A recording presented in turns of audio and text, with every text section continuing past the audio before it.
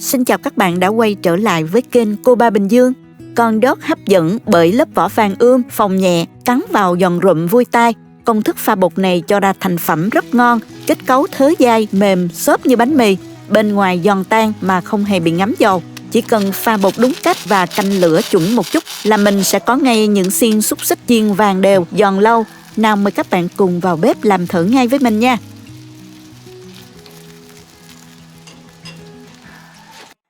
Vì bột cần thời gian ủ men nên mình sẽ tiến hành khuấy bột trước nha các bạn. Cho vào tô 7g men nở, 2 muỗng canh đường, 250ml nước. Khuấy đều hỗn hợp để men và đường tan hoàn toàn. Sau đó mình tiếp tục cho vào 320g bột mì đa dụng, nửa muỗng cà phê muối.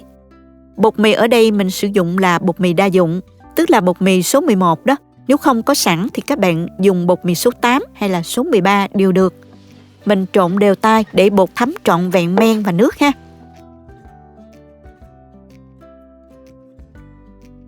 Cho vào thêm 1 muỗng canh dầu ăn.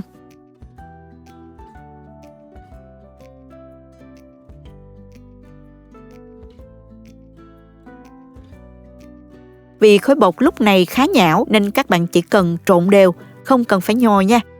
Tiếp theo, dùng một chiếc khăn sạch và ẩm đậy kín tô lại. Mình sẽ ủ bột trong khoảng 45 phút đến 1 giờ, tùy thuộc vào điều kiện thời tiết và nhiệt độ từng vùng. Các bạn cứ canh thời gian ủ cho đến khi thấy khối bột nở lên gấp đôi là chuẩn rồi ha. Bột sau khi ủ đủ thời gian sẽ nở ra gấp đôi.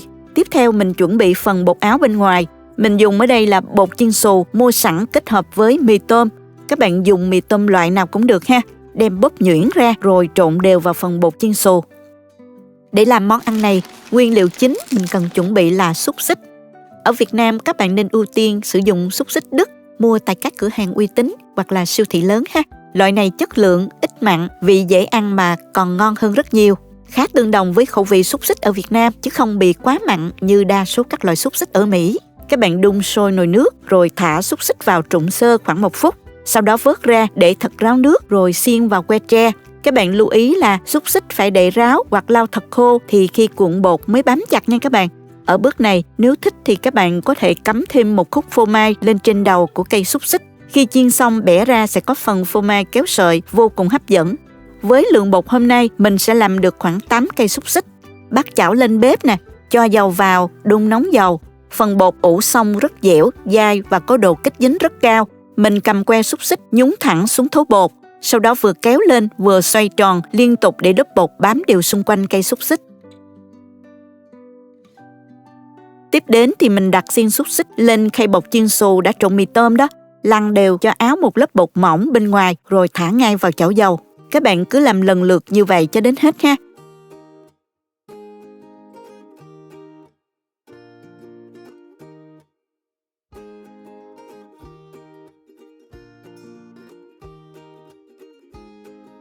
Mình duy trì chiên ở mức lửa vừa để bột được chín từ từ. Bột khi chín sẽ hơi phồng lên một chút tạo nên kết cấu thớ dai xốp như bánh mì. Bên ngoài giòn, bên trong mềm và đặc biệt không hút dầu nha các bạn. Các bạn nhớ trở nhẹ tay, lật mặt thường xuyên để xúc xích vàng đều ha. Mình chiên khoảng từ 3 đến 4 phút cho đến khi lớp vỏ chuyển màu vàng ươm và phồng đẹp mắt là được rồi ha. Tránh chiên lửa quá lớn sẽ làm lớp vỏ bên ngoài nhanh khét mà bột bên trong lại chưa kịp chín nha các bạn. Xúc xích chín thì mình vớt ra để trên giấy thấm dầu hoặc là rãnh lưới cho ráo dầu hoàn toàn ha. Vậy là những cây corn dog xúc xích cuộn bột chiên giòn của mình đã hoàn thành rồi. Nhìn lớp vỏ bên ngoài vàng ươm, phồng nhẹ, lấm tấm bột xù cùng mì tôm bóp vụn trông cực kỳ hấp dẫn ha. Món ăn này ăn nóng là ngon nhất nha. Vừa chạm nhẹ vào thôi đã nghe tiếng rột rột vui tai. Cắn một miếng, lớp vỏ bên ngoài giòn tan, phần bột bên trong lại mềm xốp y hệt như bánh mì quyện cùng xúc xích nóng hổi, đậm đà, ăn không hề ngán nha các bạn. Các bạn chấm kèm với tương cà, tương ớt hoặc là sốt mù tạt mật ong sẽ tăng thêm phần hương vị trọn vẹn cho cây xúc xích. Ăn một cây là muốn ăn thêm một cây nữa luôn. Corn dog hấp dẫn bởi lớp vỏ vàng ươm, phồng nhẹ, cắn vào giòn rụm vui tai quyện cùng phần xúc xích nóng hổi, đậm đà bên trong. Công thức pha bột này cho ra thành phẩm rất ngon. Kết cấu thớ dai mềm xốp như bánh mì, bên ngoài giòn tan mà không hề ngấm dầu. Nguyên liệu làm món này rất đơn giản, không hề cầu kỳ, chỉ cần pha bột đúng cách và canh lửa chuẩn một chút. mình sẽ có ngay những xiên xúc xích chiên vàng đều, giòn lâu. Cuối tuần, nếu muốn làm món gì đó nhâm nhi, xem phim hay chiêu đãi các bé, các bạn cùng vào bếp làm thử nha.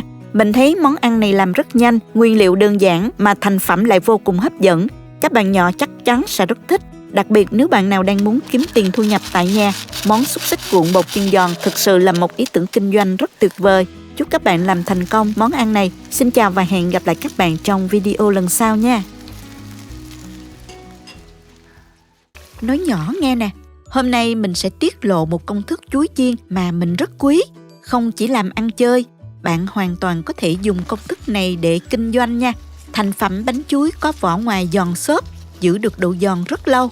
Trong video, mình cũng sẽ bật mí những lưu ý quan trọng và mẹo nhỏ khi chiên, giúp bạn có được những chiếc bánh chuối chiên phồng to, rỗng ruột, đẹp mắt và thơm ngon như ý. Hãy cùng mình theo dõi đến cuối video và nhớ đừng bỏ qua chi tiết nào nhé. Chúng ta có thể xem những thành phần nguyên liệu chi tiết, hình ảnh nguyên liệu cụ thể để thực hiện món này ở cuối video, hoặc tham khảo những dụng cụ nhà bếp mình hay sử dụng bên dưới phần mô tả của video. Trước tiên mình sẽ đi pha bột. Mình dùng 3 loại bột là bột gạo, bột mì và bột chiên giòn. Để bánh có độ giòn xốp ngon nhất, mình nên dùng bột gạo lọc nha các bạn. Mình dùng bột gạo lọc loại này nè. Các bạn chọn bột gạo mới, trắng và có độ tinh khiết ha. Bột sẽ thơm và không bị mùi mốc nha các bạn. Nếu không có bột gạo lọc thì các bạn có thể thay thế bằng bột gạo bình thường cũng được.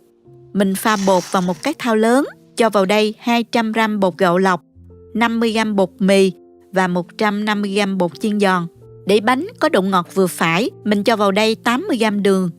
Thêm 1 muỗng canh bột nghệ để bánh có màu vàng ươm đẹp mắt. Thêm 350ml nước lạnh và 200ml nước cốt dừa lon. Khuấy kỹ để hòa tan bột cũng như là các nguyên liệu khác. Mình sẽ ủ bột trong vòng từ 1 đến 2 tiếng cho bột thật là ngấm nước, bột nở đều ha. Bạn nào có thời gian thì mình để ủ qua đêm 8 tiếng trong tủ lạnh nha.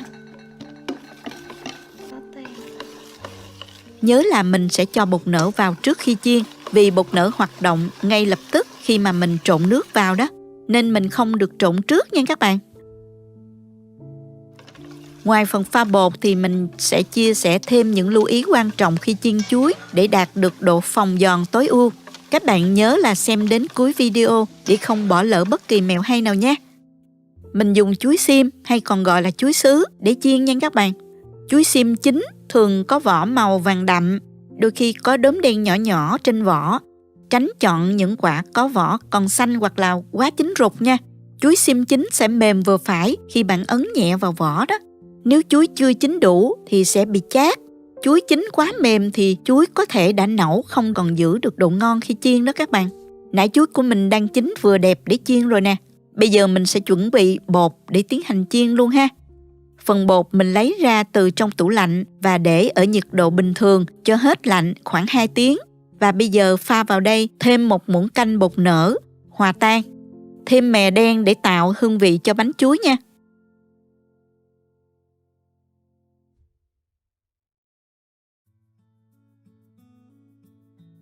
Để áo chuối chiên được dễ dàng hơn thì mình đổ bột ra một cái khuôn chữ nhật rộng và phẳng như thế này. Dùng một cái chảo sâu lòng và đổ ngập dầu. Bật bếp làm nóng dầu và tiến hành đi ép chuối luôn ha.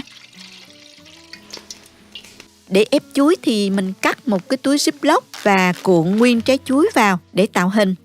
Sau đó dùng một cái vật phẳng nặng như là tấm thớt để ép cho chuối dẹp ra với chiều dài mong muốn ha các bạn. Ở đây mình có một cái dụng cụ ép chuối mà các bạn có thể tìm mua rất nhiều trên các sàn thương mại điện tử. Mình có để link mua tham khảo dưới phần mô tả nha. Ưu điểm là có mặt trên bằng kiếng để mình có thể nhìn thấy và kiểm soát được chiều dài của trái chuối khi ép. Ngoài ra nó còn có tay cầm để ép nữa nha.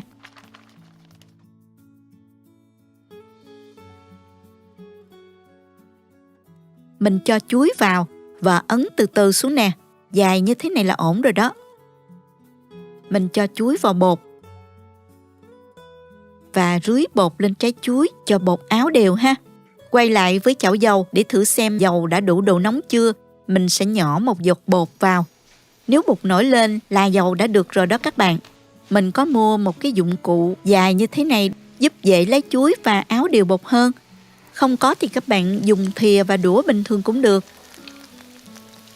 Khi dầu đạt độ nóng thì mình để mức lửa trung bình để chiên nha. Nhẹ nhàng cho trái chuối đã áo bột vào chảo. Chuối sẽ từ từ xe mặt và nổi lên.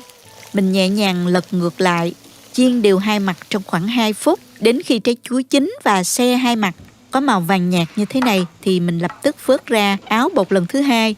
Lưu ý là mình sẽ áo ngay khi chuối còn nóng, vừa vớt ra khỏi dầu như thế này nha các bạn. Rồi nhanh tay cho trái chuối vừa áo lần 2 vào chảo tiếp tục chiên. Lần này mình lưu ý là khi chuối vừa nổi lên là các bạn dùng muỗng để tưới dầu lên bánh chuối, hoặc là mình ấn chuối xuống cho ngập dầu. Những động tác này sẽ giúp cho chuối được nở phồng đều và to tròn hơn đó. Những trái chuối đầu tiên có thể nó cũng không được phồng to như ý muốn, nhưng càng chiên về sau thì bánh chuối sẽ dễ dàng phồng to hơn do dầu đã đạt độ nóng già rồi đó. Và mình cũng thao tác quen tay hơn nữa. Chiên đến khi vỏ ngoài của chuối có màu vàng giòn và phồng to như thế này, khoảng từ 3 đến 5 phút là được rồi đó các bạn. Mình vớt chuối chiên và để trên giấy thấm dầu cho ráo ha. Lưu ý là mình dùng vá để vớt hoặc là đỡ ở dưới bánh chuối.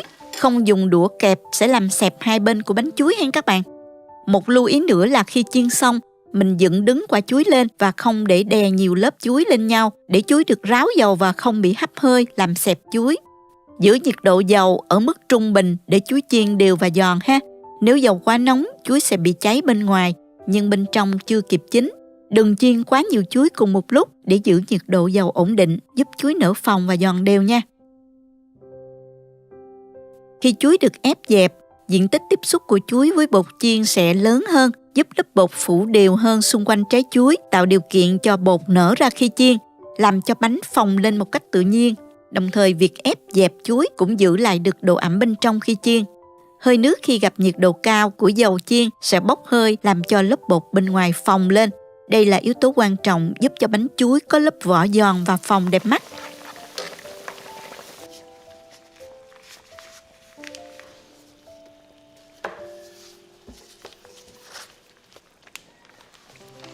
Mình cứ chiên như vậy cho đến khi hết bột và chuối ha.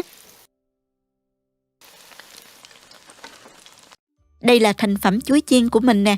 Những chiếc bánh chuối dài có màu vàng ươm bắt mắt. Các bạn xem nè, bánh phồng to và tròn ủng luôn. Phần vỏ bánh rất giòn, xốp nhưng không hề bị cứng nha.